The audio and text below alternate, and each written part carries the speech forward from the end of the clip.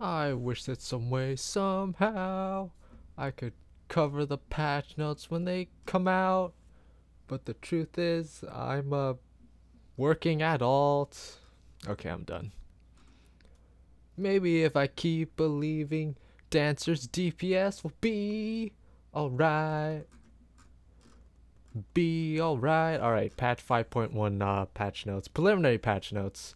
Um, yeah, they came out, and I was promptly asleep because I had work that day. So yeah, we're covering it now. All the good Final Fantasy content creators probably already covered this, but I just got off work and I want my piece, so we're gonna do it. We're gonna cover these, and yeah, first time looking at these, so hopefully there's a lot of cool stuff to look at. I'm really looking forward to job adjustments as well. All right, let's get into it. So main scenario quests. There's actually quite a few of these. 1, 2, 3, 4, 5, 6, 7, 8, 9, 10 quests. All right. Spoilers, by the way, for in case you haven't beaten the main scenario of Shadowbringers yet. But spoilers. I mean, should probably be a given, but spoilers. The quest "Word About Comra" can now be found under the Chronicles of New Era tab in the journal window. Okay. Yorha Dock Apocalypse unlocked in Clusia, and that's probably Tomra, since you need to complete the quest "Word About Comra" in order to get access to that quest. So yeah, good to know. I guess you should go complete this if you haven't already. I don't even know if I've completed it, honestly. I have so many side quests that I just haven't turned in yet because I'm saving them for EXP, but I should probably just do them, honestly. New side story quest has been added. Quest will become available as you progress through main scenario 5.1, so that's cool. There's only one quest though, so I wonder how large it will be, but hopefully it has a decent story. I don't know. More custom deliveries. I still haven't finished whoever we have right now, Kaishir. Yeah, I haven't finished Kaishir yet because I keep forgetting to do it every week, but there's more. Pixie Beast Tribe quests. So we're gonna use the quest sync system again, like we did for Heavensward and Stormblood, which is good because yeah, those are really helpful. I imagine you'll also be able to get like Goetia tomes as well if you're doing this on a max level job, like we have been able to before. It looks like you need to be at least level 70 and complete the wheel turns, which is probably one of the one of the main scenario quests in Ilmeg, right? Ilmeg? Donmeg. Donmeg's the dungeon. Ilmeg. Okay, we got it. And then all of the following quests to complete this. Since the patch will be live, actually, I don't know, when is the patch going to be live? Let's see. See, the patch will be live 3 a.m. on 3 a.m. Pacific time. So basically, it'll be live 5 hours before daily reset. Meaning, if you want to get a head start on your Beast Tribe quest, you should pick up the first set of quests that day before daily reset. So you'll have 5 hours to do that. So yeah, probably should do that if you're really caring about trying to get to the max level as soon as possible. Get those max level rewards, whatever they end up being. And then just talking about Beastman currency, new tribe vendor. It's right there, so that's cool. New game plus. After completing the main scenario quest, Heavensward speak with Wistful Whitebeard in Western Danland. So this is going to be outside the Waking Sands, looks like. And this is all the stuff you can do with New Game Plus. No Realm Reborn yet, says. Says a Realm Reborn class, job, and role quest, and Chronicles of New Era quest, and side story quest will be made in New Game Plus and available in a future update. 4 parts for Heavensward and Stormblood, only 2 parts for Shadowbringers. But I imagine part 3 and 4 of Heavensward and Stormblood are probably the 0.1 to the 0.5 patches, whereas 1 and 2 are the like the expansion drop parts. So that's probably why there's only 2 Shadowbringer parts right now. So this will be extremely helpful for me, by the way, for getting just footage of stuff without having to go through on another character, even though I do have other characters available to get through the story on again, it would be nice to just have access to this. Alright, so from the main menu, select Duty, then New Game Plus. List of replayable chapters will be displayed upon completion of the final quest in a given chapter. You will automatically exit New Game Plus mode. So I'm not sure if these are considered the chapters, like Heavensward Part 1 is one chapter, but looks like it, I guess. And after you complete that, then you can select a different chapter. I'm not sure if you can just quit a chapter, like if you're in the middle of a chapter, if you can just quit it and just go to a different chapter if you don't want to do it anymore. But it doesn't say here. They might have mentioned it in a live letter or an interview somewhere. Suspending New Game Plus. Certain features will be unavailable in New Game Plus mode. To temporarily exit New Game Plus mode and regain access to these features, open the New Game Plus interface, select New Game Plus under Duty in the menu, and select Suspend. So it looks like whilst you are in New Game Plus, you cannot register for duties that you've yet to complete. While it is possible to enter New Game Plus mode while registering for a duty, commencement of said duty will automatically suspend New Game Plus mode. That's cool. So, if you're, waiting for your DPS queues for whatever reason, you want to redo the story, you can do that. And it seems like they've implemented a system where you can go into your queue seamlessly. You cannot interact with market board or retainer bells, as well as certain NPCs and objects, or the unending journey while in New Game Plus mode. So, thankfully, it seems rather painless to exit and suspend New Game Plus mode, so that's good. Difficulty of instant battles and Mason quests has been reduced. Players can now choose the difficulty of quest instant battles. So I'm guessing these are like the solo things, like the Nandam, or doing the temple in Shadowbringers or something like that. And apparently there's an easy and very easy mode. Easy mode is 50% echo, and very easy is 100% echo. If you're somehow having that much trouble, 100% echo for you right there, I guess. The Yagatsu combo action has been added to the actions available while playing as Heian in the instance battle of the main scenario quest Swan Song. So that's probably the fight against fake Xenos, I guess. And at the end of Stormblood, I guess. Which sucks, because I'm going to miss just spamming Hikaze for 30 seconds until I have to reapply my dot. That was so fun. Parameters of enemies that appear in Arcanist in some requests has been adjusted. Sure. Number of items required for Crafter and Fissure Leaves has been adjusted. Guild Leaves. These are guild leaves, but not leave quests. So guild leaves as in company guild leaves? This concerns me, because I do actually use leave quests to make money. But we'll see. Fates. The maximum number of bicolor gemstones have been increased to 1,000. Thank you.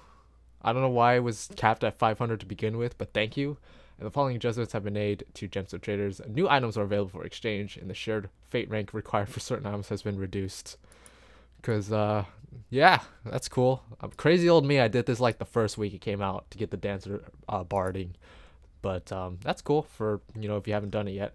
Rewards and dungeons of Liagia have been adjusted. I still haven't done that once. New craftable items have been added to the company workshop. Don't even use that, but maybe I should get my free company to help me use that sometime. Adjustments to subaquatic voyages. New areas and items have been added. Maximum submersible rank. Number of items required for level 79 to 80 provisioning and supply missions have been increased.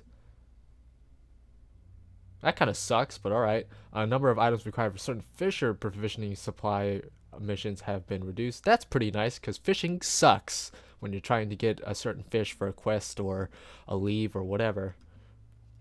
Wards 19 through 21 have been added to all residential houses. A total of 3 wards have been added to all residential districts, each of which includes a subdivision. Apartment building has also been added.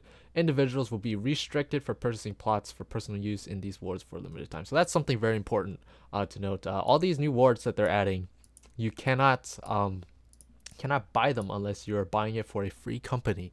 I imagine all the plots that people will be leaving behind if they're moving to these plots will become available, and you can purchase those for yourself if you want. But if you're wanting a specific house, you need to be buying it for a free company, not just for yourself.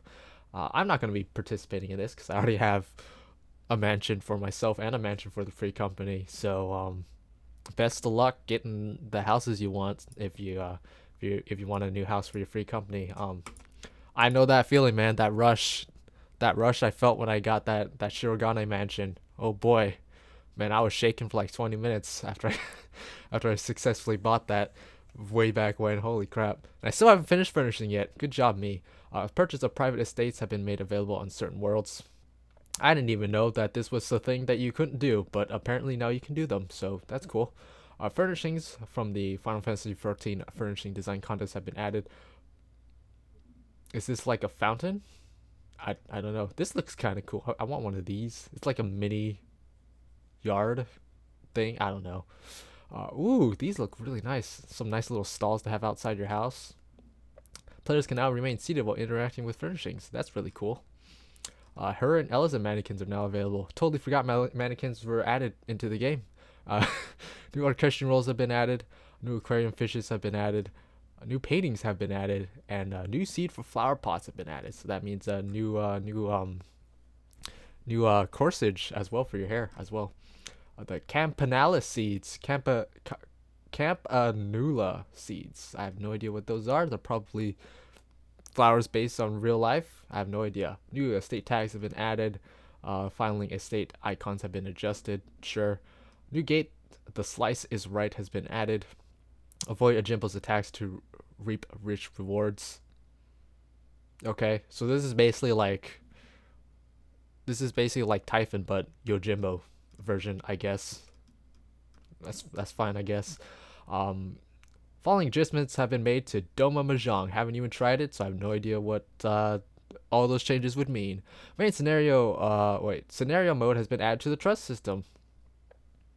Oh, that's kind of cool. So you can, do the scenario quests with the characters when you come across that really only affects like Holminster, right? Because when you get to Don Meg, you have all those characters in your roster just by default. Holminster is the only one where you have access to characters that aren't normally in your trust, and that is Gratia and Lina, right? I don't know. I forgot her name. I'm sorry. I forgot your name. I literally made a video with you in it like a month ago. I forgot your name. I'm sorry. But yeah, that's the only one where it really matters, and that's the only one on display right here. So that's there, I guess. Using scenario mode, you may challenge new main scenario dungeons with avatar NPCs that appear in the latest quest in main scenario. I guess this is more for dungeons going forward than just than for Holminster. So I imagine you'll be able to do the new dungeon with the scenario specific NPCs that are available, which we saw in the trailer. Grahatia was somebody you could go through that dungeon with. Maybe Lina will be there too. Probably not, if that's even is her name. Following additions and adjustments have been made to performance actions. Metronome has been added. That's really cool, actually. That's actually really nice. I'd still really suck at this. I mean, I can play the violin, but translating that to playing this, it's not gonna go well. So there's a bunch of stuff for this if you're into that. I'm not, so I'm just gonna skip over that. You get trumpet, trombone, tuba, horn, and a saxophone have been added now. That's cool. Following additions and adjustments have been made to Wondrous Tales. Prices available in exchange for gold and silver and bronze have been adjusted. Eden's Gate has been ended to the Wondrous Tales. Oh boy. Garo collaboration has ended. As such, players will no longer be able to obtain Garo-inspired PvP gear, mounts, titles, and achievements. We knew this was coming for a really long time now. Several months. I guess you still have like a couple days left. I mean, you have, tonight, rest, Saturday, Sunday, and like up until maintenance on Monday to get anything you may want from the Garo stuff. But last call. This includes the one in the gold saucer as well. If you didn't know, you can actually get gold saucer Garo gear, but it's not dyeable. So in case you didn't know that, and you want to spend MGP on it instead of wolf marks, you can opt for that option if you want. Here we go. Battle system. Oh boy, how long have we been going, by the way? We've been going for 15 minutes. All right, well, let's do this.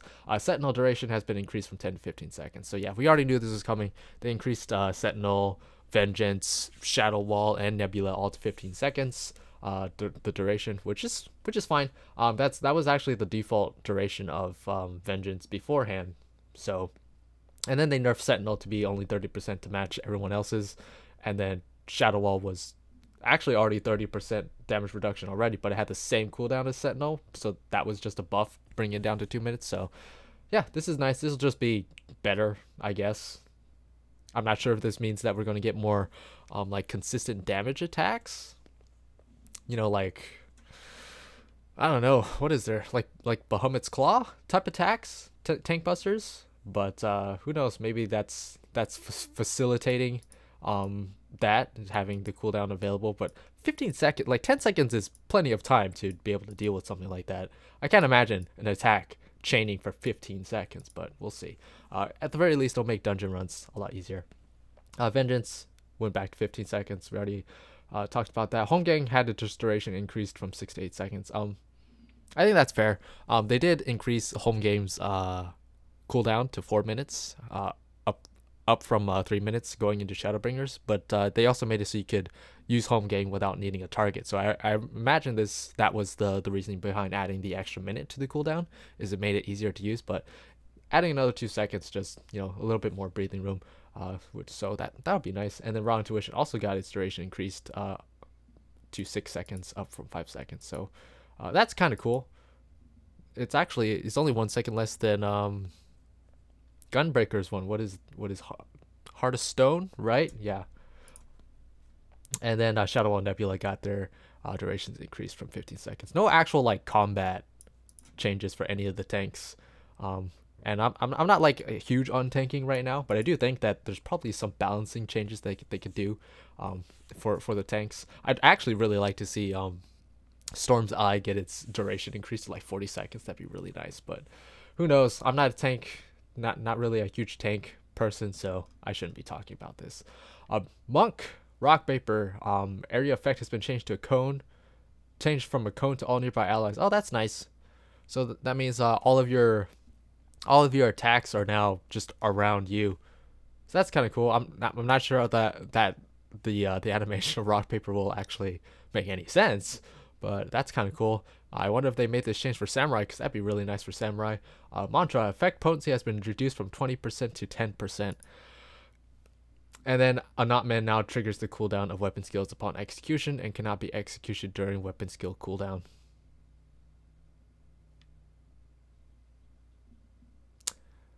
That is interesting. I think that really messes with Monk Opener, right? Because I haven't done like anything on my Monk in a while, but I'm pretty sure that this is gonna mess with the Monk Opener a bit. So that kind of sucks if that's true. I don't know. The wording's kind of a little weird here. I don't. If it is what I think it is, where it says you cannot execute during weapon skill cooldown. So I mean, I'm assuming you can't just weave this in between a weapon skill. That's really that's gonna suck. That's gonna feel a little awful getting your opener out now. But yeah, Mantra getting its potency reduced from 20 to 10%. That really sucks for healers. Like most, they don't care. They don't care if their healer has to cast another spell to get everyone topped up now, because it's got the effect of Mantra reduced by half. No, we're not gonna nerf Monk's DPS. We're just gonna nerf healers indirectly. That's what we're gonna do. Thanks. Dragoon. Blood of the Dragon, recast time reduced from 30 to 25 seconds. So this is actually really nice. Once you get that trait at like what, 60 or 76, 78, whatever extends Blood of the Dragon to 30 seconds. Basically, I'm assuming you can just continuously press Blood of the Dragon to keep up Blood of the Dragon in case you don't have anything to hit. So that'll be nice. I think that's really cool. Gear Skogul, Mirage Dive, and Star Diver all got potency increases. Yeah, a little bit of extra DPS. These are all like abilities that have a fairly long-ish cooldown. Like Mirage Dive, you can only use every jump, so that's like every 30 seconds. Gear Skogul is also like every 30 seconds. And Star Diver, I don't remember the cooldown of Star Diver. 30, it's like 40 or 60 seconds. I don't know. I haven't actually gotten my Dragoon to 80 yet, so I don't know. And then, oh, here we go. Here are the ninja wow. Wow. Ninja. All the changes. All right, Mog had its recast time increased from 110 to 2 minutes. Okay, sure, why not? That'll actually probably make it a lot easier to line up with stuff now, so I don't know. Maybe that's actually better. Who knows? Trick attack potency has been increased to a whole 10. Vulnerability up effect no longer requires execution from the enemy's rear, which is really cool. So now you don't have to waste True North on it in case you're not able to access the rear of the enemy. But it also had its effect potency reduced to 5%, and also its duration increased to 15 seconds. So overall, I'm pretty sure numbers wise, this levels out to be a nerf to the potential effectiveness of trick attack as a whole, but it also makes it a lot more flexible for everyone to get in their attacks within a 15-second window instead of a 10-second window. So it's been a give and take there. I do think that this is fair for Ninja, in my opinion. I think we should take a lot less emphasis off trick attack and Ninja can concentrate and get a more of a personal DPS buff in exchange. I think that's where they're trying to go, and I'm all for that, honestly, because honestly, just trick attack, it was too good in my opinion, and too integral to the job. And I really don't think that trick attack should be the thing that Ninja has to be tied to all the time. So it's nice if they're really just trying to move away from trick attack being so good and then just making it slightly weaker, but also increasing Ninja's personal DPS in the process. So, and then we have a bunch of potency increases here. This was an interesting change that I read about, is that they were changing Shadowfang so that it's now kind of like I don't remember the skill on Gunbreaker. Whatever your dot is on Gunbreaker, I forgot what it's called. Yeah, I don't know. I'm not even gonna try to remember. But basically, it's gonna be like that. It's basically just it's gonna be its own weapon skill. It's gonna have a longer cooldown than its duration, so you can't have it up 100% of the time. Whereas it recast time is now 70 seconds. Yeah, so execution of Shadowfang will no longer interrupt combos, which is needed since it's its own little thing. No longer requires the combo from Spinning Edge, which yeah. And then damage over time potency has been increased to 90, and its duration has been increased to 30 seconds. So slight buff to the actual dot itself, but again, you can't have it up 100% of the time. So more emphasis, probably more potencies added to other stuff, hopefully, in exchange. Tenchi Jin, duration has been increased from 5 to 6 seconds, now has a maximum of 2 charges. Now it triggers the cooldown of weapon skills, Mudra, Ninjutsu. Execution of weapon skills now trigger the cooldown of this action. Request time has been reduced from 0.5 to 20 seconds. Mudra status effect will no longer be renewed by consecutive inputs of Mudra action. This all sounds really weird, but basically from what I'm reading from this is that Mudra status effect will no longer be renewed by consecutive inputs of Mudra action. Okay, I have no idea what that means. That is all right, but what somebody who actually plays Ninja explained to me was that they were changing it so that when you cast Tenchi Jin, now it's just you use the button, kind of like what they did for sleeve draw for Astrologian. So now when you press your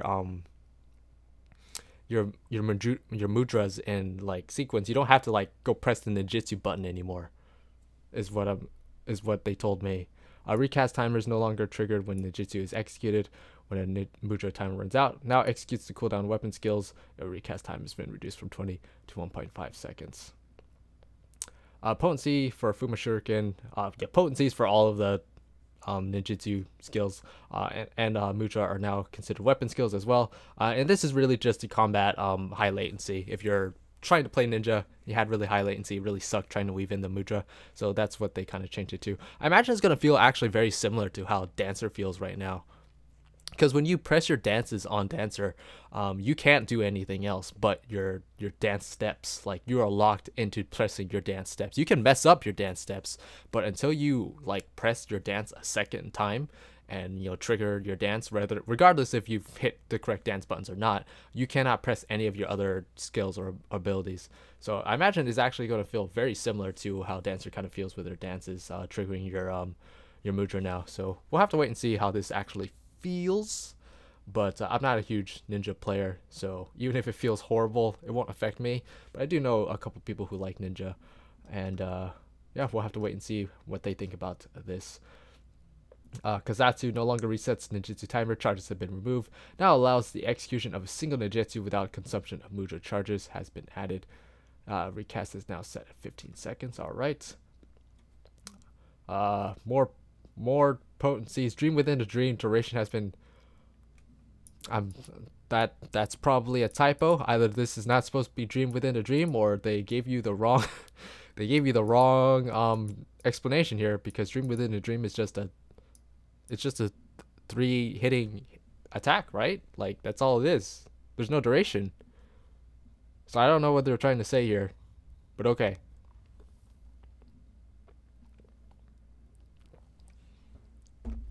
And then all of your Ninki gauge costing abilities had its potency reduced, but also had the cost reduced to 50. Mei Sui increased Ninja gauge has been changed from 40 to 50. Recast now up to 2 minutes. And then these are the new ninjutsu that we got, which also had their potencies increased as well. Bunshin. The effects of this action have been revamped. Bunshin now functions as follows: grants 5 stacks of Bunshin, each stack allowing a shadow to attack enemies. Each time you execute a weapon, skill duration has been increased from 15 to 30 seconds.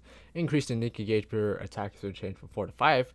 Ninki gauge cost has been reduced from 80 to 50. Recast time has been reduced to 90 seconds. And Bunshin status icon now displays the number of attacks remaining from your shadow. So yeah, I think this is fair. This is fair, rather than it like being like a duration thing. Now it's just you have a solid 5 weapon skills to use under this, so that's good. I think that'll be a lot easier to use, and also 90-second cooldown, a lot easier to line up with stuff. Again, I'm not a huge ninja player, so it sounds like I'm very ignorant about all these changes. It's probably because I honestly am. Like, all these changes, like they look good on paper, but I think the big thing about ninja is that not the fact that they're getting a bunch of like potency increases and stuff, but it's how's it going to feel now is my question. Because it's definitely going to feel different with how they've changed mudra to be on the global cooldown now, count as weapon skills and all that. But we shall see. Shukiho increases to Ninki gauge has been reduced from 6 to 5. I have no idea what this is. I think this is a trait, I'm guessing. I think this is a trait, but I don't know. Alright, Samurai, let's talk about a job that I actually understand and can comment properly on. Okay. Alright, meditate. The maximum number of stacks gained has been reduced from 5 to 3. Meditation status effect is no longer has a duration. That's really nice. Now triggers the cooldown of weapon skills upon execution, and cannot be executed during a weapon skill cooldown. That's also really annoying. Did they change? I don't know. No, it's still an ability, I imagine, right? They didn't say it changed to, yeah, meditate still ability. I was thinking of Shoha, but this is meditate. But yeah, all right, that's fair. And then I heard about this too, so we'll look at that. Hakakura increased to Kenki H has been changed from 5 to 10. That's fine, I guess. I don't think this is going to affect how we're using our charges, like our this isn't going to affect how we use our sen at all, because we're still going to be using our sen to use as many Madare as possible, Madare and Higenbana as possible, because that's going to charge or meditate. So this is, I mean, it's nice if you need to ever dump your sen for something, like if you're in the middle of a boss transition, or in the middle of a dungeon going to the boss is usually when I ever use this. It's going to be really helpful for alliance raids as well, because usually you'll go into alliance raid boss with a very weird amount of sen. I really wish they'd also make Hakaguri available sooner than level 68 or whatever it is. I'm pretty sure it's 68 you get Hakakuri. Really wish you could get this earlier, because it's really annoying going through Heaven's Word and a Realm Reborn Alliance raids without Hakakuri. It sucks. Tsubame Geishi, global cooldown when executing this action is now affected by skill speed. Good! That's good. In case you didn't know, Tsubame Geishi, when you used it, it counts as a weapon skill, because all your stuff goes on cooldown, but the cooldown of that when you use it didn't get affected, so it was always just a flat, weapon skill. So things, it felt very slow after you used your second your second Madare usually. So hopefully that should feel a little bit better. Shoha has now fixed that 400 potency, and not only requires 3 stacks of meditation to use. Recast time has been reduced from 1, have been increased rather, from 1 to 15 seconds, which that's fine. I don't think it's even possible for you to just get 3. I mean, maybe if you just did 3 Hikenbanas under a Meikyo to get another Shoha within a 15-second window, but whatever. And then all of your Iaijutsu skills basically now grant you a stack of meditation upon use, which you're now using for Shoha. Jinpu combo potency has been reduced. That's not a word you like to see. So yeah, 20 reduction, 20 reduction. Fuga range and radius have been increased from 6 to 8. Thank you. I mean, I would have actually just preferred if they made Fuga around you like they did for Rockbreaker from Monk. That'd be a lot better. But at least they increased the range and the radius and the cone size. So I mean, that's something. And then Yukikaze lost 40 potency. That really sucks. So yeah, we lost some potencies on some of our very common weapon skills, but I'm assuming that the 400 potency from Shoha and being able to cast Shoha so many extra times is going to help make up for that. Really sucks to see this though. So I don't know. It's really actually hard to tell just how impactful that's going to be. Yeah, I don't know. And then Meiko Shisui status icon will now display the number of weapon skills that can be executed without combo requirements. So yeah, that's good. That's good. Sometimes you'll be doing your in the middle of your Meiko, and then you'll have to do an Iaijutsu, and then you kind of forget how many charges you have left. So that'll be nice to just kind of help you have a little visual aid. But yeah, with Samurai, I don't know. It's really hard to tell how much extra DPS is going to be. It definitely is more DPS. You're losing 20 here, 20 here, 40 here. That does seem like a lot considering how many times you're using these. But 400 potency, just every now and then, you're using your Iaijutsu a lot. That's gotta more than compensate for it. I'm just curious as to how much extra DPS this is going to actually give Samurai. But they did say, in a live letter some time ago, that the reason why Samurai doesn't do nearly as much DPS as a Black Mage can do, just in terms of raw numbers, is because Samurai is a bit more flexible with how they can implement their bursts. Because Samurai could theoretically hold on to their Kenki. They can now hold on to their Shoha and try and use it under specific party buffs. But I mean, Black Mage can do that too. They can hold on to their the pilot got stacks or whatever, I forget what they're called, and use those under party buffs. So I don't know, I don't get the logic there, but all right, Square Enix, whatever. But yeah, I don't know. I'm excited to try this out on patch day. Definitely going to be doing that. Archer Bard. Oh yeah, here we go. Mage's Ballad now grants Mage's Ballad to all party members within 30 yalms, increasing their damage dealt. Holy shit, by 1%. I know that's only 1%, but I mean, there's 7 other people. That's 7% extra damage just for, singing, which you should always be doing. So, okay. Army's Paeon is now direct hit by 3%.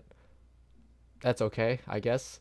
And then Wanderer's Minuet is critical hit rate 2%. They said, I swear, they said in the live letter. Someone, I looked at the live letter, the unofficial translation that the people did. They said they were gonna make the songs weaker, but they seem like just about the same in terms of power. They have different effects between the songs now, not just the flat crit between all three songs. Armor's Payon is still the worst in my opinion, because direct hit is kind of capped at how useful it is. I mean, it'll be nice to have. You're just going to be seeing Payon the least amount of time anyway, but I definitely do think that the crit and just the flat damage is going to be way better. So yeah, I mean, it's nice that we got this back. It really does help with the support feel of Bard, in my opinion. So I'm really happy to see that these are back. Sidewinder had its potency increased. Okay, that's cool. Troubadour had its recast time reduced to 2 minutes from 3. That's interesting. Did all the other ones get reduced? Yeah, looks like, yeah, all the range DPS had their the party damage reduction reduced. So that's all right. That's cool. Apex arrow range has been increased from 15 to 25 yalms. Thank you.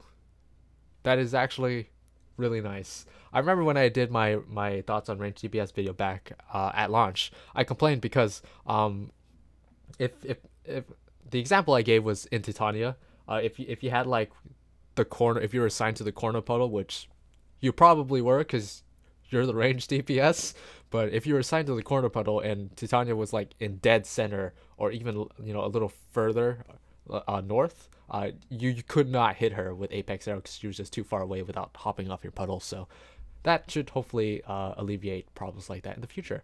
And then potency has been reduced from 500 to 120. Potency increases up to 600 as soul voice gauge exceeds the minimum cost. Consumes the soul voice gauge upon execution. Okay. So I guess Apex Arrow just always had a minimum potency of 500, and now it's been reduced to 120. So they're trying to encourage you to use Apex Arrow at as close to max soul gauge as possible, I guess. All right, that's all I can really gather from that change. Venomous Bite, Wind Bite, Caustic Bite, Storm Bite, all had their dot potency reduced, which by 10, which is kind of significant. That's 20 potency that you're just losing every dot tick because you're trying to always have your dots up. So that kind of sucks. And then Refulgent Arrow lost 10 potency. But I imagine these potency decreases are to factor in because you're now given party buffs back to the party again. I imagine, by the way, that you still aren't getting these buffs yourself. You're not getting Mage's Ballad, Army's Payon, Wanderer's Minuet. You're not getting these effects yourself. And there's still no change to Battle Voice as well to get the direct hit buff for yourself. So bards still are tone deaf, or they have earplugs on or something. I don't know.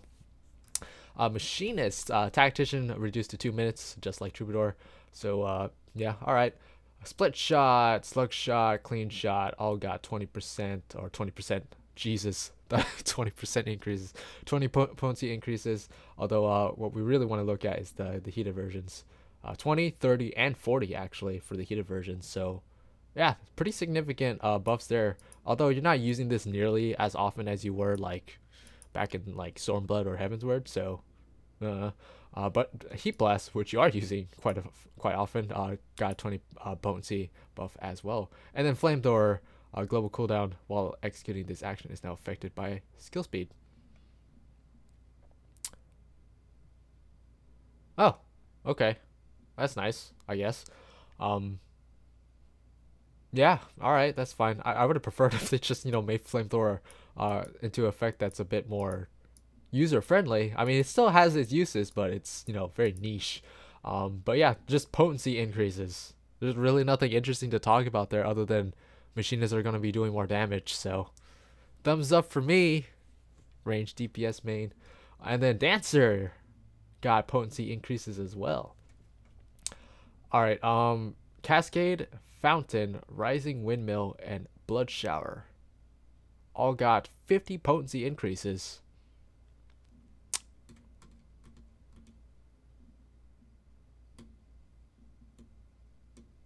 Okay. What about like Reverse Cascade and Fountain Fall? All right.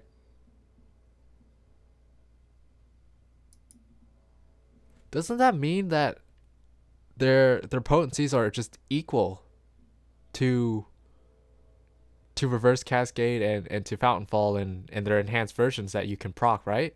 Hold on. Hold on. Alright, hold on. This needs to happen. Hold on. Hold on. Dancer. And then where is the official... Where's the official dancer guide from the actual... Let me look. Alright, let's see. Reverse Cascade. Alright, Reverse Cascade has a potency of 300, so I lied. Fountainfall has a potency of 350, so yeah, I lied. For some reason, I thought that the enhanced version of Cascade and Fountain and all that were only 50 potency more. It's 100 potency more. But yeah, I figured that if they did that, then the only benefit you'd get for proccing your Reverse Cascades and your Fountain Falls and your enhanced blood showers and all that would just be the fact that those have a chance to generate anyway fourfold feathers. But yeah, just 50 potency on these, and these are the AoE versions too. So that's a lot of extra potency for just AoE skills. Just 50 potency on an AoE skill is pretty nuts. But yeah, 50 potency on these. That's really nice. Especially since you'll be using both of these quite often, especially if you're not getting procs. Curing Waltz had its cure potency increased to 300, so it'll be slightly better.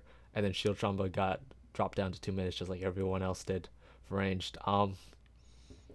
It's definitely going to be a DPS increase, but I don't know by how much for Dancer. But I mean, it's better than nothing, and you know, they can still make adjustments if Dancer isn't quite high, because I mean, even with all the contributions that Dancer give to, you know, their dance partner and to the whole party when they're using, you know, their dances, they're still coming up pretty short, and basically everyone else has only been buffed at this point, except for Bard. Bard got some slight nerfs, but more party utility or party DPS as well. So Dancer now actually has like kind of a actual competition now with Bard.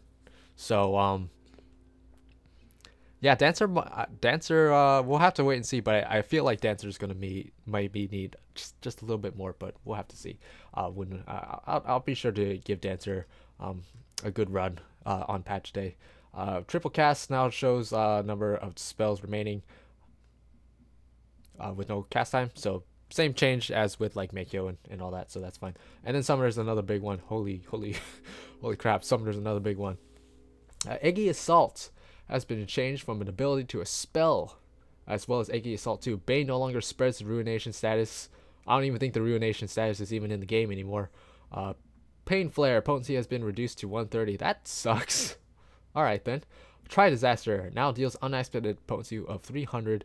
But Ruination has been removed, so that's nice. So Ruination is the effect that increased damage of your Ruin spells and also whatever your AoE spell is called now. I forgot what it's called now, but that's what it would do. So they're getting rid of that, and now you just get a flat damage when you use Try Disaster, which I'm fine with that. That's totally fine with me. Dreadrone Trance recast time has been reduced to 55 seconds. That's probably just an ease of use type of thing, so that'll be nice. Rune 4 had his potency increased just by 40. Bio increased by 10, which 30 seconds, that's 10 ticks, so that's another 100 potency on Bio. That's not bad. Miasma as well had a 10 increase. Summon Bahamut, Wormwave can now be executed immediately after being summoned. Alright. Fiber Trance recast time, you know, same as Dreadrone Trance. Everlasting Flight duration has been increased to 21 seconds. I don't remember. I think that's the regen. So this just ensures that you get your full 7 ticks, I guess. I don't know. Gust had its potency reduced. Downburst had its potency increased. Glittering, I don't think this even matters. People don't use these anymore, so I'm not even gonna. Alright, Windblade has potency reduced. Aerial Slash had its potency increased by a lot. Because I think you only get one Eggy Assault now. Like it on top of it being a spell, which I also read was going to be instant cast. It doesn't say it here, but Eggy Assault should be instant cast as well. But on top of being a spell, I'm assuming you only get one charge of it, but it doesn't actually say here. Aerial Slash has potency increase. Slipstream potency increased to 50. Damage over time potency has been increased to 50. Wow. But the duration has been increased from 50 to 9 seconds. I don't actually, I'm not going to do the math here, but I'm just going to assume that it's either equal to or close to equal to the same amount. So no, that's more than double the potency and not less than half. So it's definitely more, definitely more. Earthen armor, no one cares because nobody uses Titan. Crimson Cyclone has potency increased to 250.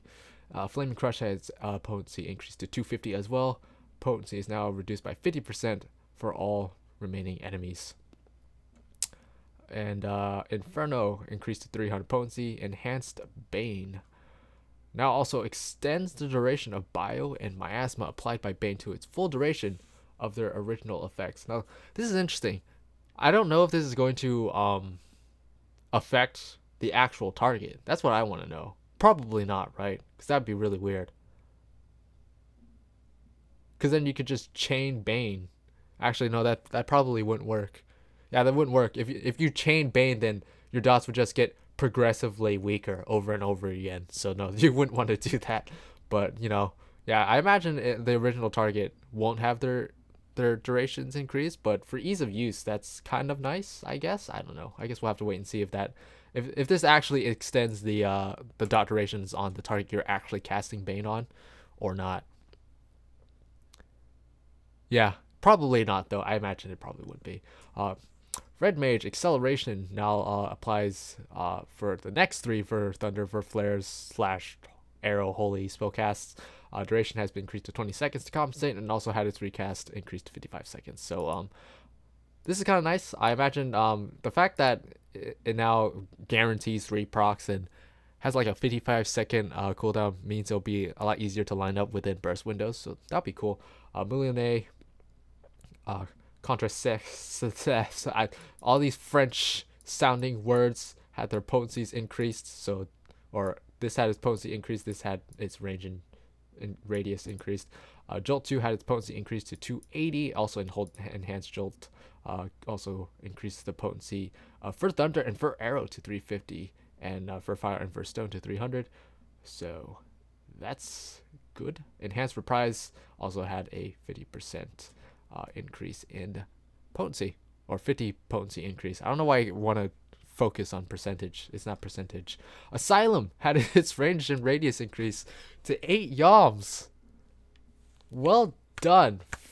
Freaking finally. It only took 4 years to get it up to 8 yoms. Thank you, Square Enix. Thank you. Thank you. Another 4 years and bards might be able to hear their own battle voice too. Temperance effect is now immediately applied immediately upon execution. I imagine this is the this is more for the damage reduction part, because there's like a little bit of an animation while your wings kind of grow out and you hear that little pop sound. That's actually kind of adorable. But yeah. Summon Seraph. Duration has been increased from 20 to 22 seconds. Alright. Seraph must now wait 2 seconds after being summoned to begin executing actions. I'm guessing this is like to help combat the like the animation of her like being summoned, I guess.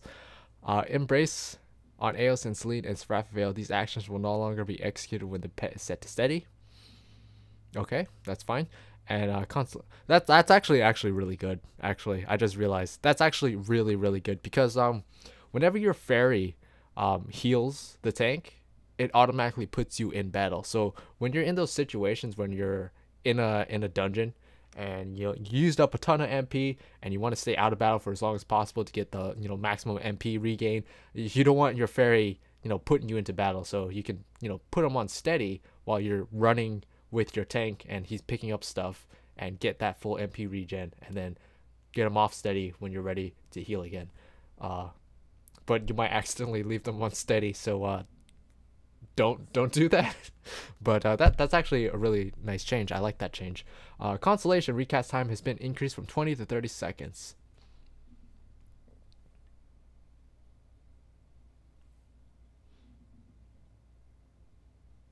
Consolation recast time increased from 20 to 30. Is Consolation the one I'm thinking of? Hold on. Again, I should probably just have the game open with me, and then I could just look at it in game. I guess this isn't that much, you know, shorter or faster.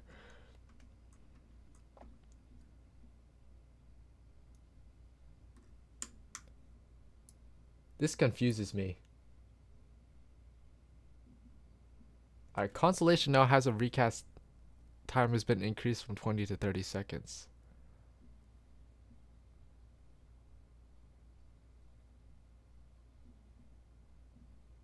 I don't get it. What's the point in this?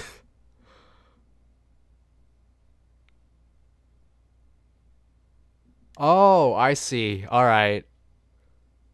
Okay, cuz if they kept Consolation's recast time at 20, you could theoretically get 3 if you were just dead on pressing Consolation as soon as it was available. But they already said you have to wait 2 seconds before being able to execute actions. So you would have to be like literally like dead on to get that first Consolation, and then dead on just as before Seraph goes away to even get 3 Consolations. But I mean, in the grand scheme of things, it doesn't actually change anything. You still getting 2 Consolations within a Seraph window. It just makes it so that it's literally impossible, as slight of a chance as there might actually be, for you to get 3 Consolations in a Seraph. They're just making it so you absolutely can only get 2. Okay, I had to think about that one for a second. Wow. Now, Astrologian, damage over time potency of Combust has been increased by 10, and Combust 2 has been increased by 15. Wow, that's actually kind of sizable. I mean, again, that's a 150 potency on Combust 2. Actually, Combust 3 is the one we need to look at, which is also 15. So yeah, 150 potency increase for Combust 3, which is nice. Essential Dignity's maximum cure potency when target's HP is low has been increased by 100. So that's nice. I think before you could get like up to about 700 potency heal. So I guess now it's about an 800 potency heal if your target's at like 1 HP, which I mean, Gunbreakers, Warriors, they're always going to be dropping to 1. So that's good, right? Also Dark Knights too, because Living Dead sucks. Aspect of Benefit, MP cost when under the effect of Nocturnal Sect has been reduced from 1000 to 900. That's nice. I guess you save a little bit of extra MP. This only affects Nocturnal Sect. When you're in Diurnal Sect, it only costs 500 MP. Aspect of Helios cost has been reduced from 1100 to 1000. That's fine, I guess. That's Aspect of Helios. So that's the one that has the actual sect effects on it, not normal Helios. So that's actually really nice, actually. Combust 2, damage, we already talked about that. Minor Arcana now automatically changes to Lord or Lady upon drawing a card prior to being executed. So yeah, so basically from what I'm reading from this, when you draw a card, you'll automatically have your Minor Arcana slot change to whatever it's supposed to be, so you don't have to press it and then press it a second time. So basically, if you drew the balance, you'd have the balance in, you know, your play slot, and then you'd also have the Lord of the Crowns in your Minor Arcana slot, and then whichever one you play, both of them go away. So it's basically just eliminating an extra key press, I guess. Collective Unconscious. Wow, this has a long effect. The effect of this action has been revamped. Collective Unconscious now function as follows. I need to take a drink.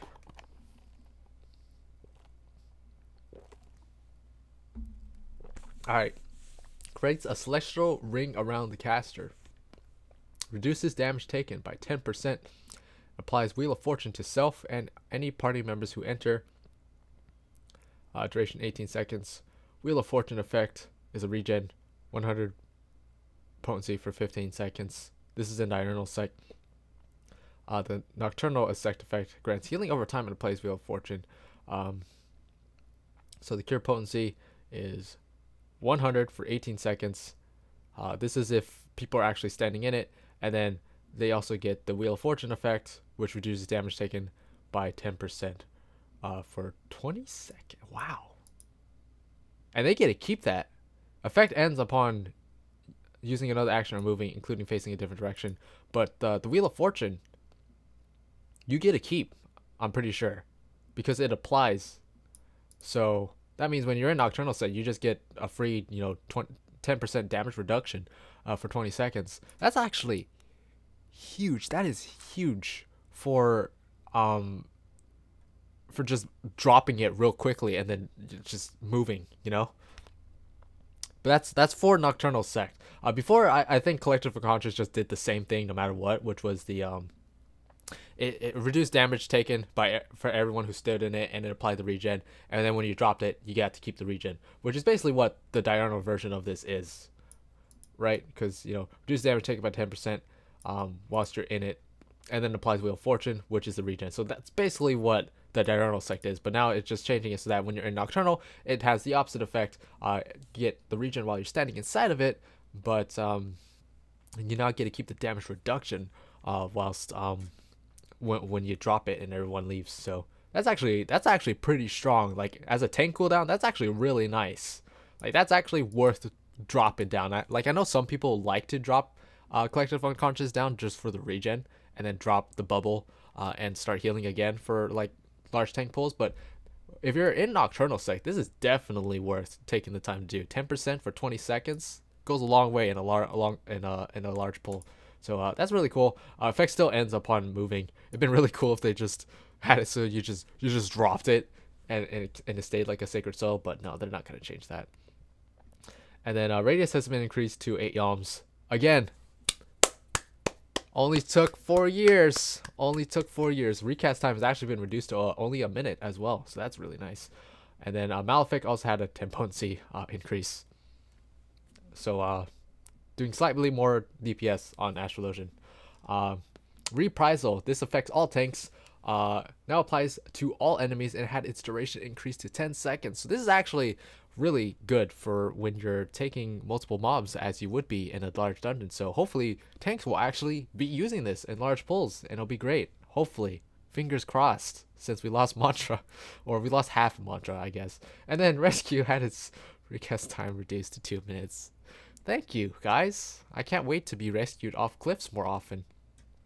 Honestly, there are plenty of applications of actually saving somebody's ass with this. Like, you don't know how many people I've managed to actually save from the collapsing wall in Amarat, or the freaking ancient flares in Labyrinth of the Ancients. Level 76 enhanced outburst increased the potency of outburst to 90. Outburst, that's the AoE one. So I imagine that's just to help mitigate the fact that you don't get ruination anymore. So that's good. Enhanced the falling tree has been reduced. Enhanced Triad Disaster. All right, and it looks like that's pretty much it. Oh no, there's more stuff. Hope text for certain actions have been adjusted. All right, and display of resource cost with actions with action icons have been adjusted as follows. Lily and Blood Lily cost will no longer display on action bars. Minimum battery gauge cost will now be displayed on action icons. Black and white mana cost will now be displayed on action icons. Cartridge cost will now be displayed on action icons. Fourfold feather cost will no longer be displayed. I don't understand the reasoning behind this. Why would you get rid of the ones on White Mage and Dancer, but add them onto like Gunbreaker? Like, I don't get it. But okay, whatever you say. I mean, it's not that hard to remember anyway. But all right, Square Enix, whatever. Sound will now play when Gunbreaker's powder gauge is full. That'll be nice, I guess. Change in display of the Ninki gauge and sound effect will now be changed for when you hit 50, since the costs of Ninki abilities are now only 50, so that makes sense. Sound will now play when Bard's soul gauge voice gauge reaches 100. I'm assuming this means it'll be a different sound effect than when you get all 3 pitch perfect stacks. You don't know how many times, by the way, I've used pitch perfect with only like 1 or 2 stacks because my soul gauge reached 100, and I was just, my mind is wired that when I hear that sound, it means pitch perfect has hit 3 stacks, but I've wasted so many pitch perfects because of that. So hopefully that's what that means. A sound will now play when machinist battery gauge reaches 100. I didn't even realize that they didn't have that, but that'll be nice, I guess. Sound will now play when dancer gains their fourfold feather. That's actually really nice. I have to stare at my gauge on dancer when I'm trying to save up fourfold feathers for a burst phase, because it doesn't give you this sound effect. So that's actually really nice. Thumbs up for that one. Change in display of the balance gauge and sound effect when reaching 30 white mana and black mana has been changed to trigger when reaching 80 white mana and black mana. I didn't even know it hit when you reach 30. What can you do with 30? I guess the Muliane, what, I don't know. I need to stop trying to pronounce those. Sound will now play when white mage's blood lily blooms. Doesn't it already do that? I swear it already does that. I don't know, whatever. Pets will now be displayed in the party list. This is really good. Sometimes I'll put down Eos somewhere, and then I'll forget I put her somewhere, and then she'll be gone, and I won't even notice until I have to try and use a pet action, and she's not there. So that would actually be really helpful. Still can't target them though. All attacks from Arctis and Summer Pets are now categorized as magic attacks. Huh. Interesting. I guess Ifrit isn't getting benefits from Brotherhood anymore. I don't even know if Brotherhood applied to Ifrit. But that sucks. Ifrit got ninja nerfed. Blue Mage. The following Blue Mage actions have been adjusted. Cool. I don't play Blue Mage anymore. They are actually increasing the level cap and adding more spells, but I think that's in 5.15 actually. Man, how long have we been going for? Holy shit, it's been an hour. we need to keep rolling. All right. The new dungeon, the Grand Cosmos, has been added. This is going to be through the main story, obviously, and then I imagine it's going to be added to the expert as well. So we'll have 4 dungeons in the expert. Minimum item level requirement has been added to the following duties. Thank you. That is actually really helpful. I remember I actually did a video way back in the day complaining about how they should add minimum item level requirements to leveling dungeons because there aren't any. So thank you for adding these. Wow. My rant video from like 4 years ago actually meant something, or means something now. Minstrel Ballad, Hades Elegy has been added. Hades Extreme. 450 or above item level requirement. Yeah, they said that Hades is actually going to be a super long fight, but in exchange you're going to get 2 totems upon clear, which that's cool, I guess, but I feel like it's going to be even more of a nightmare to get clears now because people are going to lose concentration more easily the longer the fight is. So yeah, I feel like this is going to just end up in a net loss in totem farming for most groups, but we'll see. The following adjustments have been made to the trial. Thorn March Hard. When the Mughals guard Mughals are present on field, damage dealt to Good King Mughal cannot extend a certain threshold. Maximum damage dealt by Memento Mughal has been reduced. So now you can't accidentally, or I guess purposely, get killed by Memento Mughal because you have that one person in your party who just refuses to listen to party chat when you tell them, hey, don't attack the big one until we kill this many. So now you don't have to wipe because there's just one of those DPS in your party. Thank you. Weekly restrictions on Eden's Gate has been removed. This is just Eden's Gate normal. I imagine Savage still has the cap.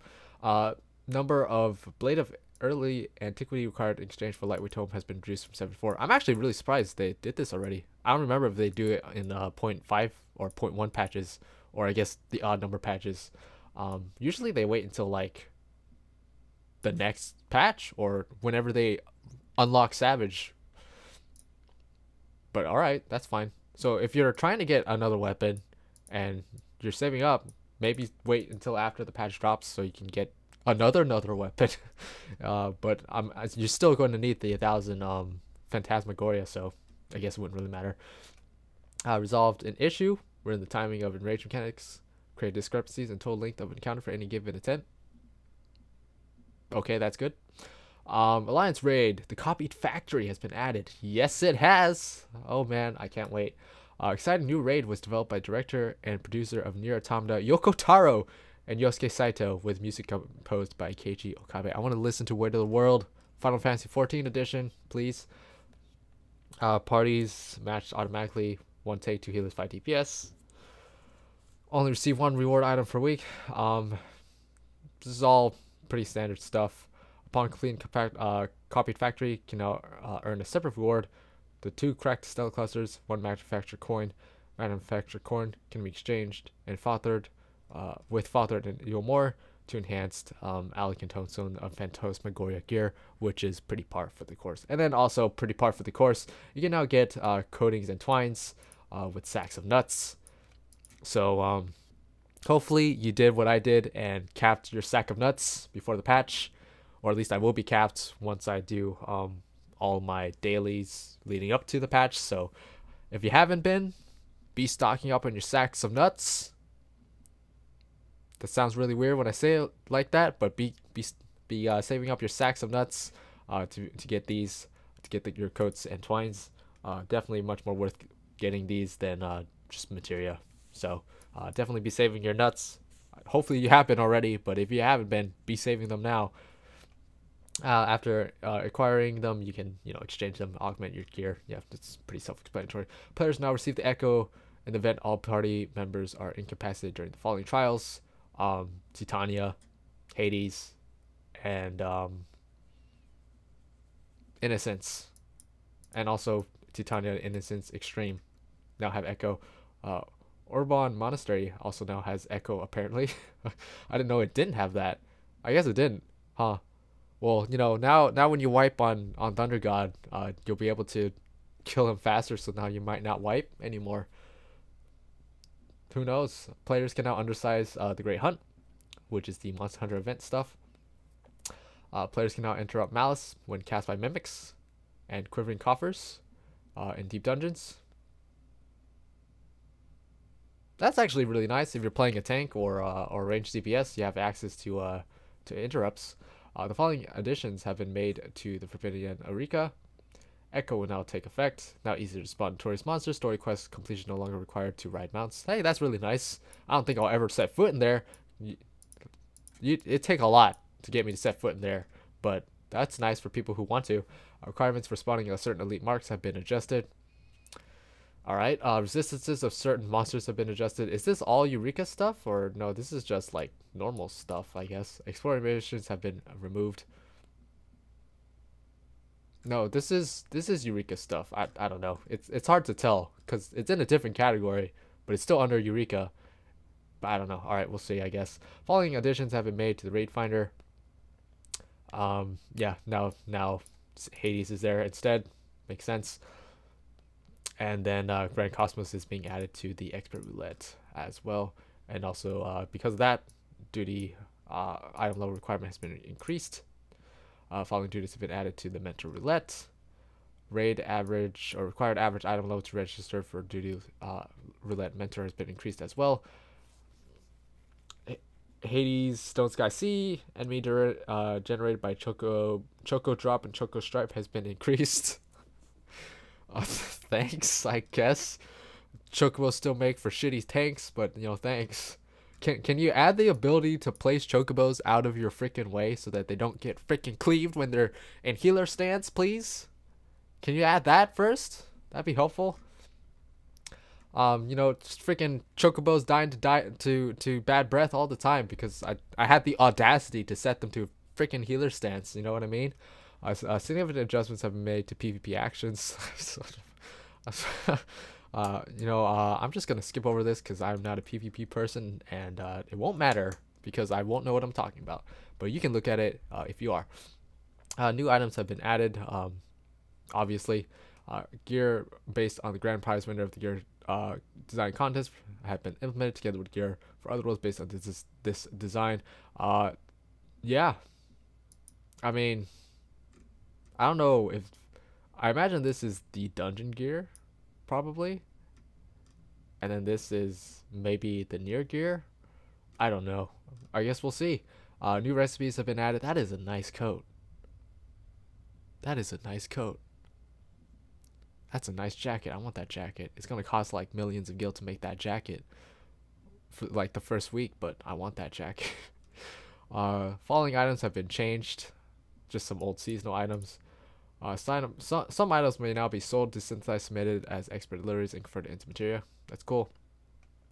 New crafter. All right, we get into crafters now, and I'm actually for the first time in like forever, I'm actually caught up on crafters. I'm like a 2-star crafter or whatever. I'm a 2-star omni crafter or whatever the highest tier of crafters is currently in the game. I've been crafting for like the past couple months, made like a ton of gil, like 100 million gil off crafting this past couple months. So I can actually look at this stuff and know some of the stuff that's happening here. So we're actually going to spend time on this. So we got new stuff. I imagine all of this stuff has just been added to compensate for the removal of stuff, because I know they are removing stuff, so that's nice. Rapid synthesis, you get these at lower levels, I guess. Tricks of the trade, reduced level acquired. Ingenuity. The effects of this action have now been revamped for the next 5 steps. Effectiveness of touch and synthesis action is increased. Oh, well, that's good. I mean, it's basically just doing the same thing. Like, it's essentially doing the same thing, because before ingenuity would just reduce the recipes like requirements or whatever, so that, or the level requirements, so that effectively you are getting more of that. So it's doing the same thing, but it's doing it in a more direct way, I guess, is what I'm getting at here. Innovation. Effects of this have now been revamped. Increases effectiveness of synthesis and touch actions by 20% for the next 4 steps. Before, this used to just increase your control stat by 50%, I believe.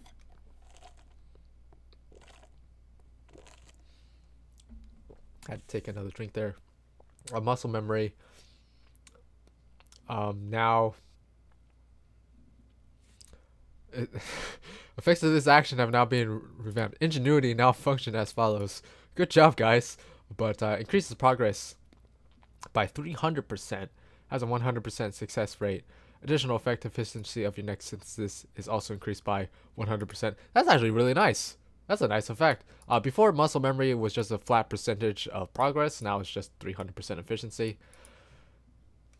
But you also get another 100% on your next synthesis action. So it's technically 400% efficiency, I guess. Additional effect is only available for the next 5 steps, though. So I guess not always. If you're, prioritizing doing controls. This is gonna mess up all of my macros. Oh man, that's gonna suck, having to rework all my macros because all this stuff is changing. Great strides has had its efficiency has been changed from double to an additive of 100%.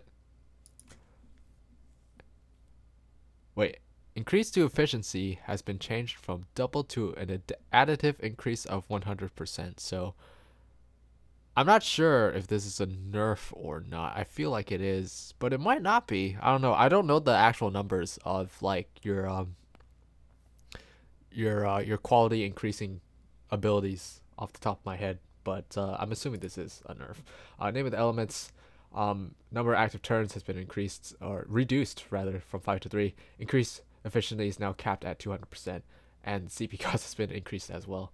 That kind of sucks, but I imagine we can work around it if we still want to use this. Patient touch, increased to inner acquired stacks when successful, has been increased from 1 to double current stacks. Alright.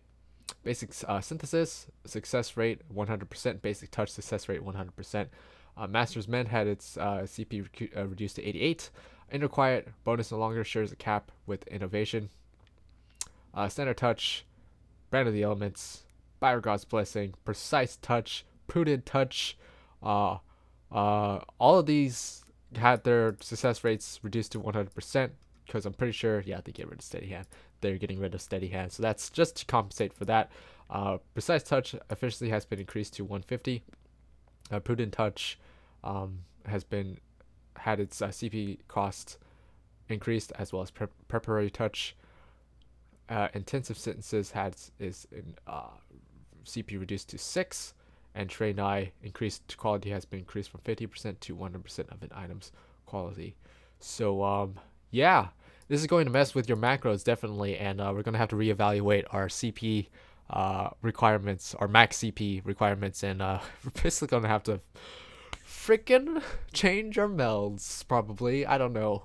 I don't know actually, because I don't know if they're gonna actually add in a whole lot of new recipes that you're going to need that stuff, but we're gonna have to wait and see. I imagine I'm probably gonna have to rework some of my melds, which is gonna be so much fun. But thank goodness I stocked up on all my material. Been doing a bunch of yellow script turn-ins, got all the material in the world, so hopefully it won't be that painful. And then all this stuff is now gone, which you know, it's fine, I guess. They specifically like increase the efficiency of some stuff and success rates of some stuff to basically counteract the need to have all these. So now there's less stuff to have to put on your bar, I guess. So that's good. And then yeah, all this stuff has been removed. Additional actions have been removed. In accordance with the change, the following actions now be learned by all crafted classes. Yeah, all this stuff. So yeah, ingenuity, waste not, tricks of the trade, hasty touch. So that's good. Manipulation and careful synthesis have just been consolidated into their basic forms, so that's fine.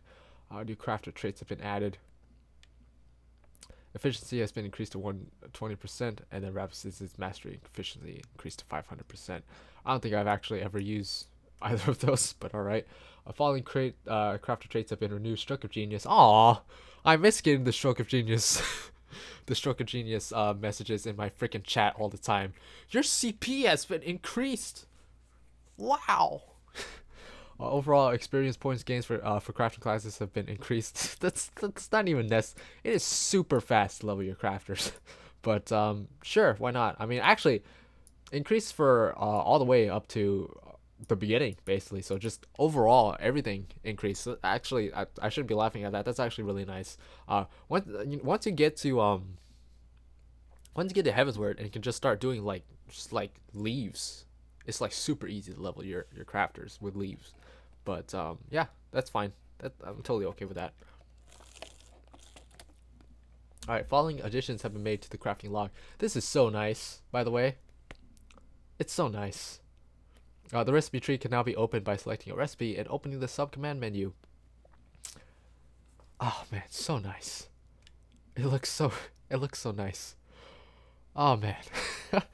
Oh, this menu, it's so beautiful. Oh, I love it. I love this menu so much.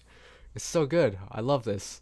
I actually spent the time a few days ago to get my glowing fry pan, the blessed frying pan that glows when you're crafting, and it was such a hassle. If I had this, it would have been so much easier to look at. Although, to be fair, a lot of the items you need for culinarian are just items you gather anyway, so it wouldn't have made that much of a difference. But this is so nice. I love it. It's so good. Raw materials list showing all required ingredients have been added. The raw materials list can be opened by selecting a recipe and opening the sub command menu.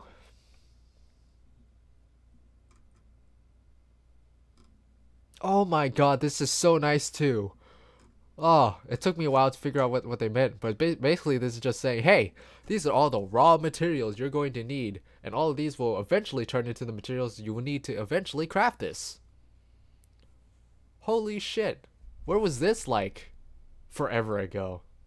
Man, crafting is just like, now's the time to get into crafting. Like, they've made so many quality of life changes that makes crafting just so much easier to trudge through. So yeah, if you've been holding off on leveling crafters, it's gonna be a lot easier. It's a lot easier to get the information you need in order to do what you want to do, and that's just such a good quality of life change. I love it. Yeah, the search for item by gathering method option has now been added to the sub command menu when selecting recipe ingredients, which is also nice.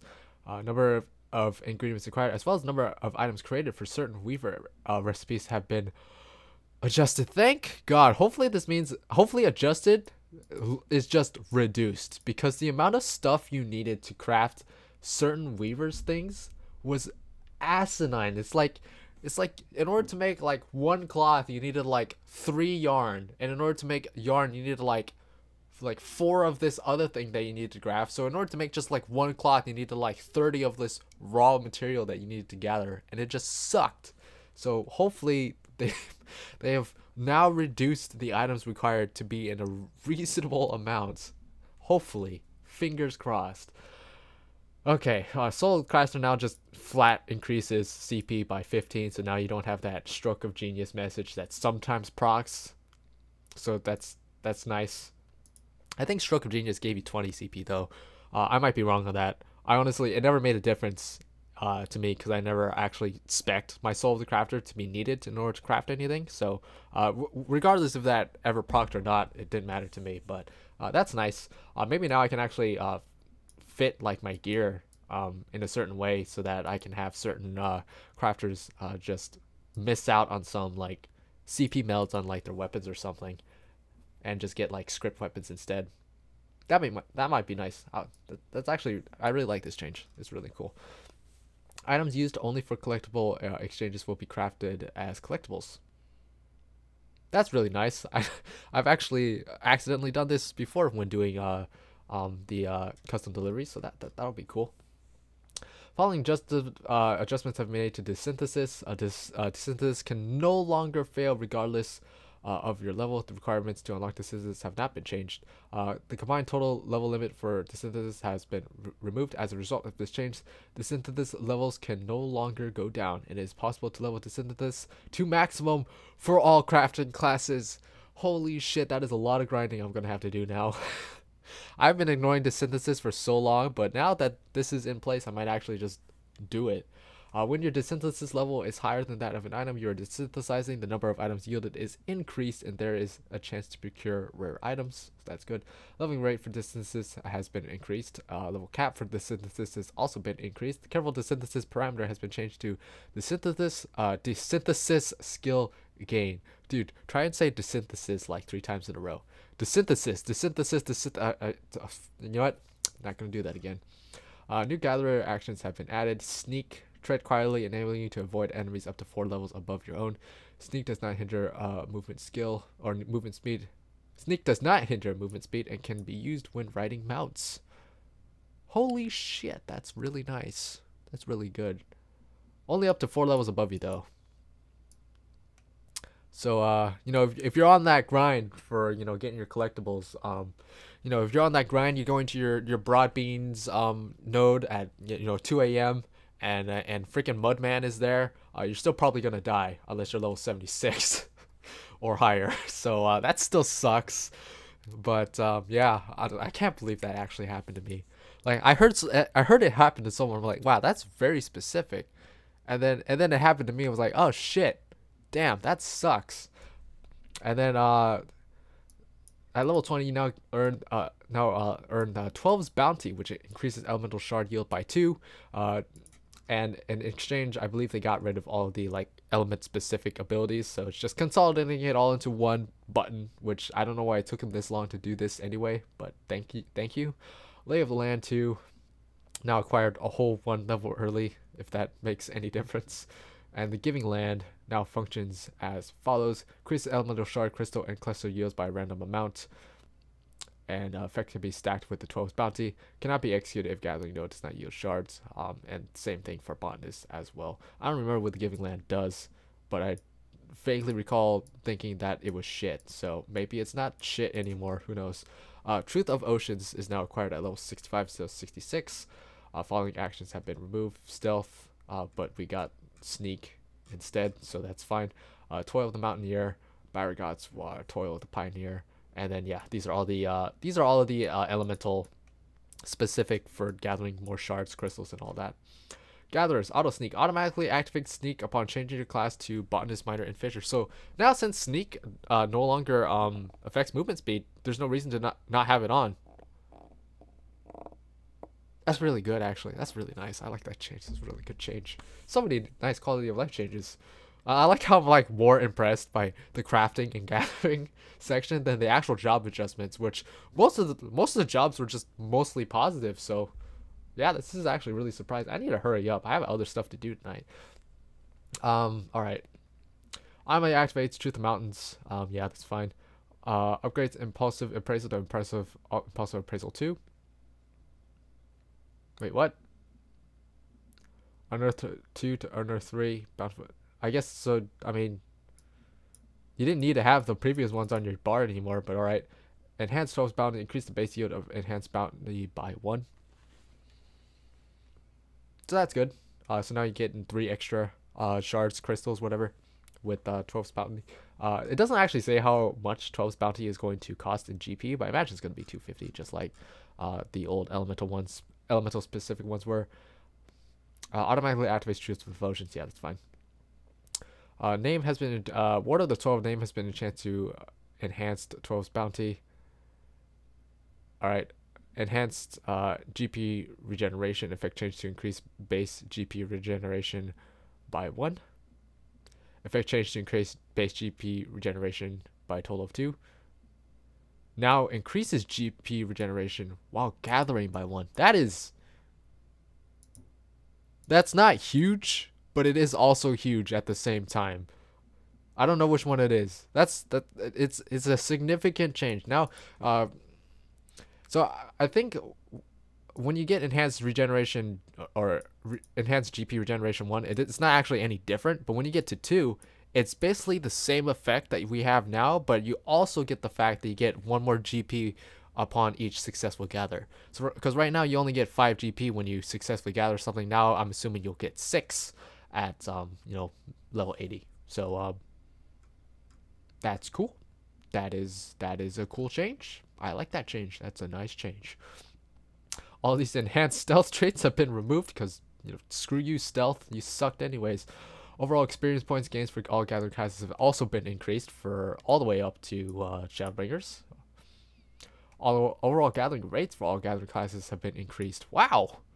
Really? I did not see that coming. They're just making it way easier for you guys to get into this if you haven't already. I mean, I did all the hard work already. I did all before they buffed this. I'm kind of salty about that. I'm not. It's actually really nice that they're doing this. So it encourages more people to do this stuff. And now that gathering is like even easier to do, hopefully more people will gather and there'll be more competition on the market board, and I can buy my materials for cheaper. That's a lie. I don't buy my materials. I actually go out and gather it myself because I'm a penny pincher. I'd rather spend an hour gathering stuff myself than just spend gil, which is really weird because I could easily make back that gil in probably less time than I've spent gathering it. I don't know why I'm spending so much time on this point. Let's just move on. Quick gathering mode has been added. Quick gathering allows you to continuously gather from a specific slot of gathering node until all gathering attempts have been exhausted. Quick gathering cannot be used for guild leaves, unspoiled nodes, ephemeral nodes, legendary nodes, or favors. That's interesting. So I imagine you just you pick a slot and it just auto gathers for you, I guess, is what I'm getting at. But I mean, at most, this is like 20 seconds, but I mean, I guess, that's 20 seconds, you go do something else. I don't know. Following adjustments have been made to items not registered in your gathering log. When gathering an item for the first time, the gathering rate will no longer be lowered. Hey! Thank God! Hey, I might actually go get my, luminary tools now, or whatever they're called.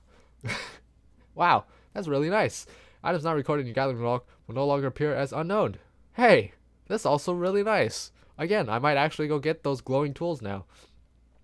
Required level to equip the following items lowered from 11 to 10. Because I don't know why, I guess. I mean, sure. Okay. And then the reduced, this is actually a really nice change if you're leveling. The reduced, the level required to see the next set of gathering nodes by 1. So, yeah, that's pretty nice. I like that. Items at unspoiled and legendary nodes will no longer appear out of reach.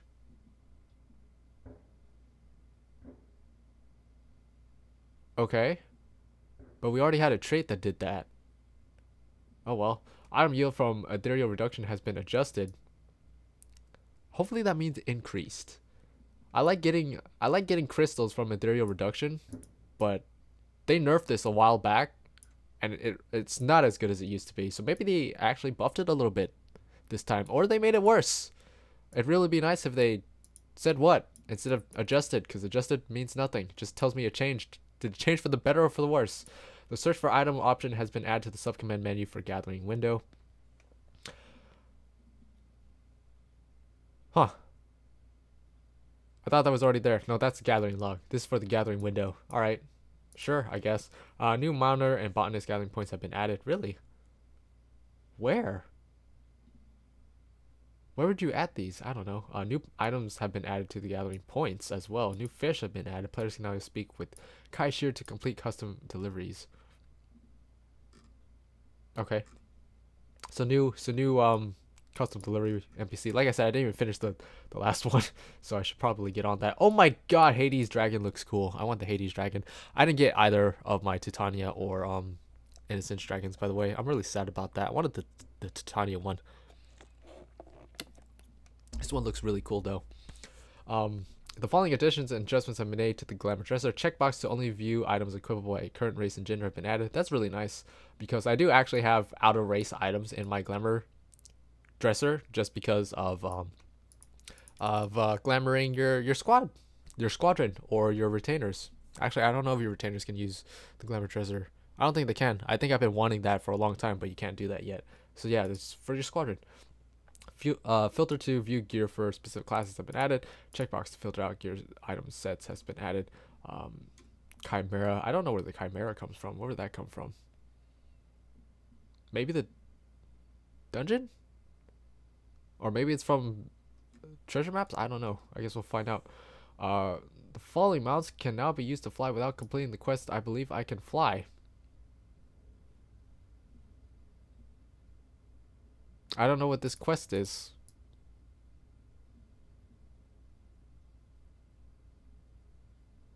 Oh, I think this is just the quest to unlock flying for your mounts once you have that option, but I guess your chocobos can just now automatically do it. I don't know. I don't know. I guess that's a thing. New chocobo barding has been added. Display a listing of chocobo barding in the command menu have been adjusted. New menus have been added. An item to exchange crafted items for 450. Equipment to item level 460 has been added. Yeah, I suspected this was going to happen, which is why I stocked up on the materials to create crafted stuff. So I'm just going to have a bunch of stuff crafted and ready to go, and I'll just turn them in on patch day. Oh, shit, I shouldn't have said that because now everyone else is going to go do that too. No, there's not going to be a whole lot of people who can watch my videos and do that. Alright. But yeah, so you can basically, you can, if this is how it works in previous patches, you can take your crafted 450 gear and you can trade those in for tokens, and then you can exchange those tokens for the same piece of gear, but now upgrade to a 460, although you can't pentamelt those pieces of gear, unfortunately. So, yeah, it's just another avenue for you to get caught up on gear. If you just have some extra skill or your crafter can make this yourself, although you will also need Goetia tomes, I believe, to get tokens, to get a second set of currency that you'll also need to get those. Yeah, because you'll need the certificates of import, and yeah, Calusian Rain is what you're going to be spending your Goetia on in order to get this. So you can't just deck out a character and just, you know, full 460 gear right off the bat. You're going to need to have Goetia ready, which, I mean, Goetia literally rains from the sky, so it shouldn't be that much of an issue. Although people are going to be wanting more Goetia now for crafting items as well, so Goetia is going to be a lot more valuable for at least, you know, the first week or two when people are wanting to get this upgraded crafted gear. So just kind of keep that in mind. If you are a crafter, it's probably not a bad idea to stock up on Goetia items, or from the market board if you don't want to use your Goetia, if you want to stock up on your Goetia for the Calusian Rain, or stock up on, I've been actually stocking up on the Grade 2 Alcahest because I find those to be the most annoying to make, so I just buy those rather than make them myself. So I've been stocking up on those to make the weapons, which historically have given you the most tokens. So yeah, crafter talk. System, new achievements and titles have been added. That's fine. Icon for certain achievements have been adjusted. Certain duties and trials now count towards the completion of this for the tanks. Display of titles in the achievement windows have been adjusted to be more easily distinguished between those that appear before or after your character name. The description of the Go Big or Go Home achievements have been adjusted to specify a big fish in the source world. What? Okay, I don't understand that. Maybe, I don't know. Favorites lists have been added to the market board. Up to 100 items can be added to the favorites list. Favorite list will not be cleared after server maintenance. Furthermore, it can be viewed even when visiting other worlds. Holy shit. The technology is there. I'm one of those people who server hops to all the servers on my data center to find the cheapest price. It doesn't matter what it is. If it is like above like 10,000 gil, I will hop servers to find whichever one is cheaper. That's what I will do. This is going to be super helpful. I love that change. Following adjustments have been made for gear exchange vendors. Just makes it a little bit clearer, I guess. Fellowships. A new means for like-minded players to join together have been added. Fellowships are gatherings of people who share common interests, including players designated as the master and admins.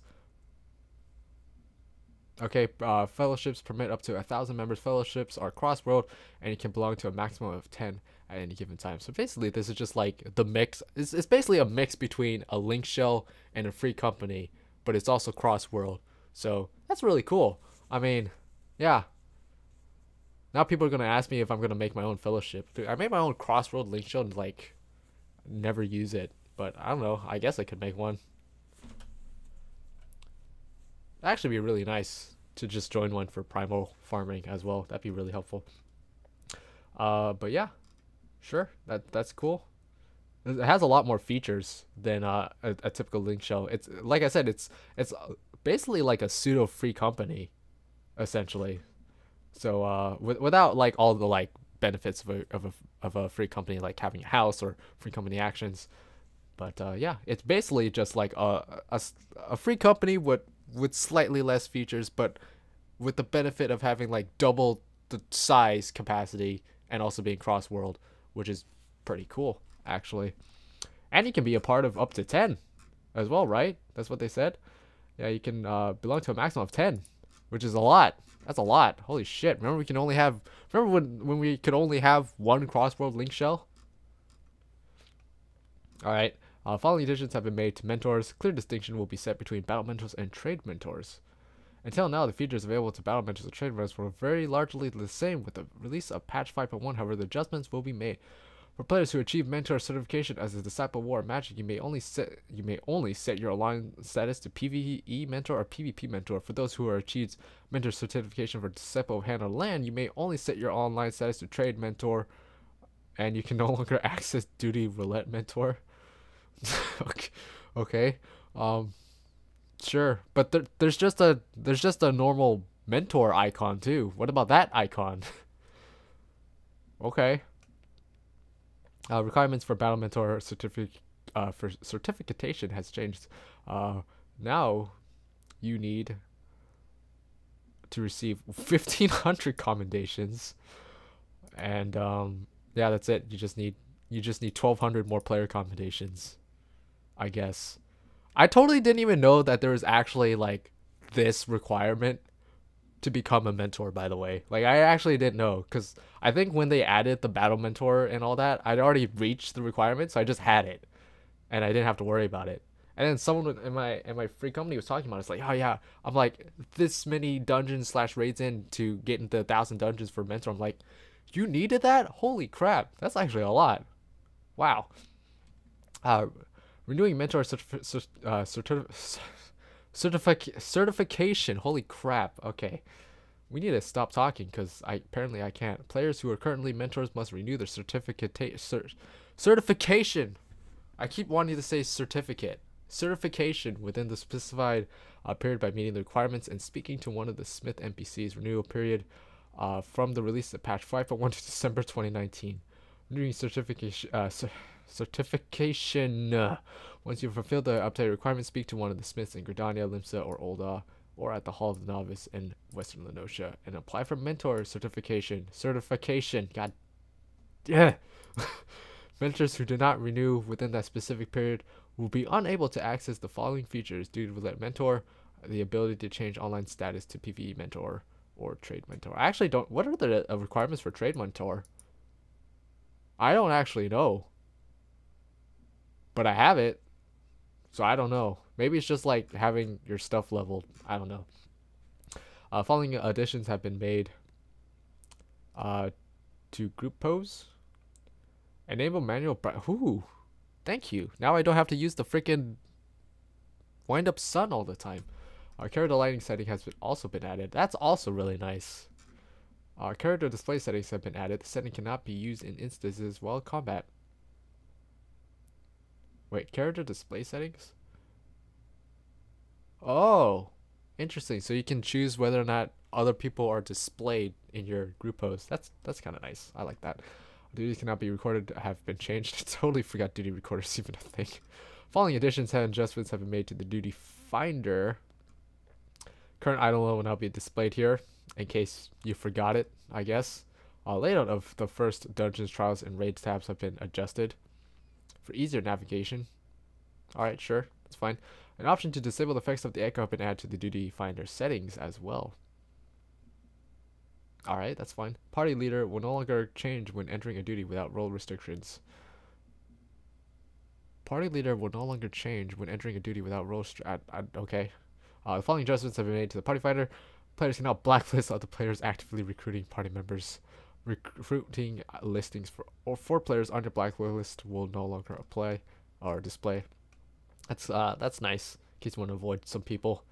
Following additions and adjustments have been made to emotes. Sort function has been added. When adding an emote to favorites tab, a system message will display, indicating your total number of favorite emotes. Okay, setting to play sound notifications when players emote at you has been added.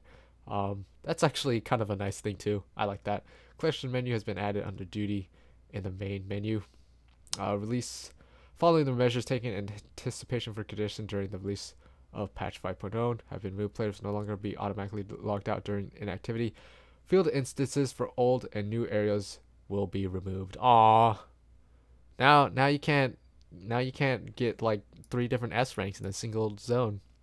The freaking Batman meme is gone. You want to get nuts? Let's get nuts. All right. Players will also no longer be automatically logged out. I actually found workarounds for this. If you're in your crafting stance, it will actually say you can't log out. Like it will actually play the error message in your chat. It would be like, can I execute this action while crafting? And the action would have been logging you out. So if you wanted to avoid it, you could have just started crafting something or went to your in room and started looking at a cutscene, because it also can't kick you during that either. But it's gonna going away in a few days anyway, so who cares? Something to make note of for next expansion, I guess, when they add this back in, almost certainly. Copy item name option has been added to the subcommand menu when selecting linked items in the log menu. That's actually really nice. With the text cursor and chat log window or any search field, pressing these buttons will paste text from your clipboard. Oh hey, that's cool. So now you can actually like highlight and paste stuff with just your controller, if that's the thing you want to do. To consolidate settings for individual chat channels, a channel log settings has been added.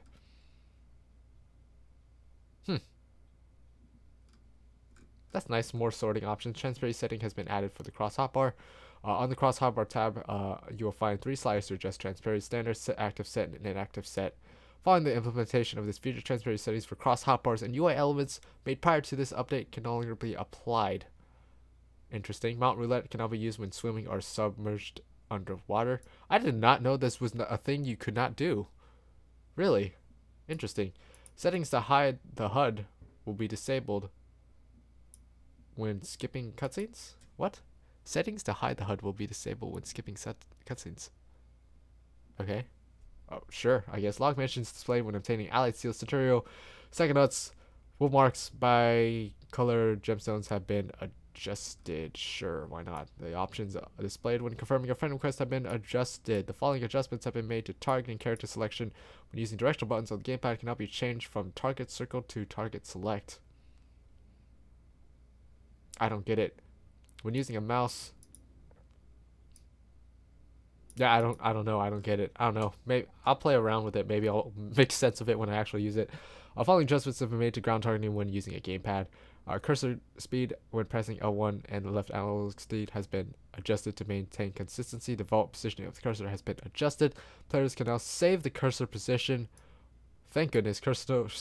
Yes, cursor position can now be reset. Oh my god, yes.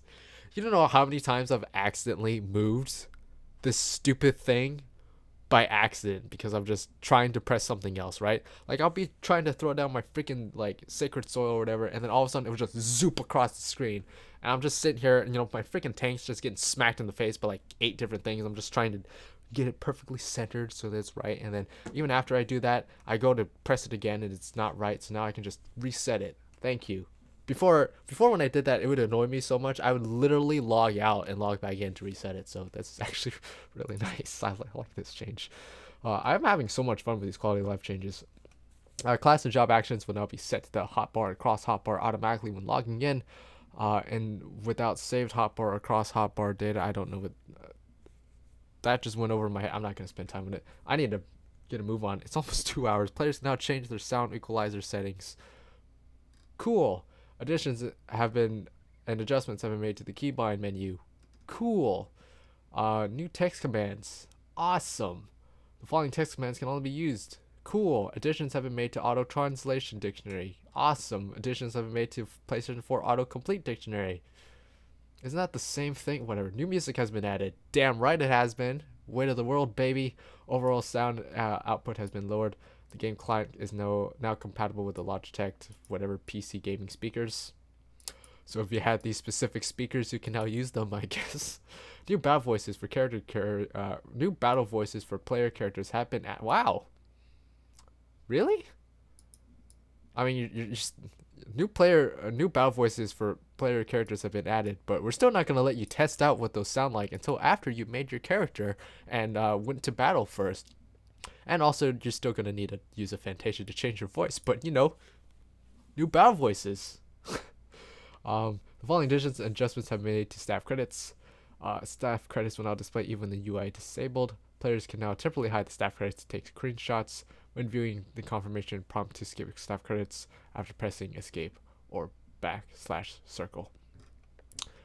Error code something. In order to alleviate stress, players who cancel the queue on login screen must now wait 30 seconds before re-entering the queue. What? In order to alleviate stress on the servers, players who cancel the queue on the login screen must now wait 30 seconds before re-entering the queue. Oh, so when you get your queue for logging in and it says, oh, well, you're like 9th in line. If you accidentally press cancel, you have to wait 30 seconds. All right, that's fair. That's fair. List of worlds on character selection screen will now be listed in alphabetical order. Game launcher has been revamped. Cool. We're finally done. Holy crap, this took too long. Anyways, those are my thoughts on the patch notes. It was a long video. This video was literally like, holy crap, I accidentally pressed play on iTunes. I apologize for that. But holy crap, this video took like 4 times longer than I thought it was going to take. But yeah, that was all the changes. Lots of changes. I will see you guys in 5.1 because I don't want to make this video any longer than I have other stuff to do. So thank you for watching, and I'll see you guys then. Sayonara. Bye-bye. I will be streaming probably 5.1 when the patch goes live, by the way. So be looking forward to that. I need to make sure. I should probably stream sometime before that, or at least stream privately to make sure that things are working. But I gotta seriously go. Bye-bye. Sayonara. Bye-bye.